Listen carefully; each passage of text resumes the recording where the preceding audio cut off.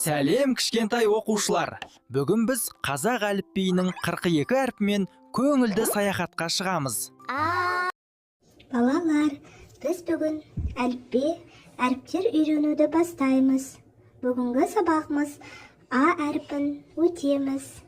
А әрпінен басталатын сөздерді қайталайық. Алма, алма. Ата, ата.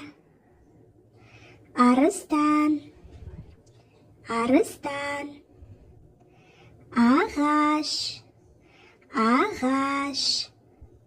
Асқабақ, асқабақ. Ананас, ананас. Айна, айна. Алмұрт, алмұрт. Ат, ат. Алтын мен арман, алтын мен арман.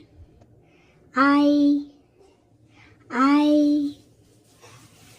Ара, ара.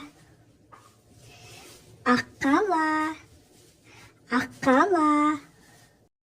Жарайсыңдар балалар, тыңдағандарыңа көп рахмет. Каналыма тіркеліп қоюды ұмытпаңдар. Алдағы уақытта тағы да ақпараттармен бөлісетін боламын. Балалар, Б әрпінен басталатын сөздерді айтып үйренеміз. Менімен бірге қайталаңдар. Бақа, бақа, бақа. Балабақша, балабақша. Бояулар, бояулар. Бес, бес.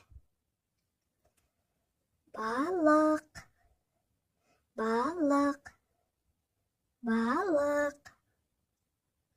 Бозау, бозау. Бөлме, бөлме.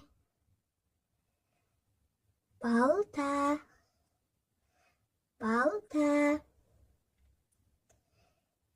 Балалар,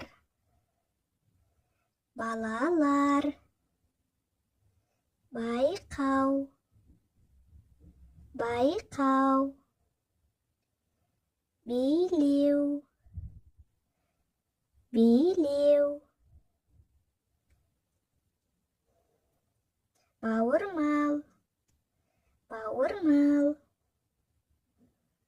Бақытты бала, бақытты бала.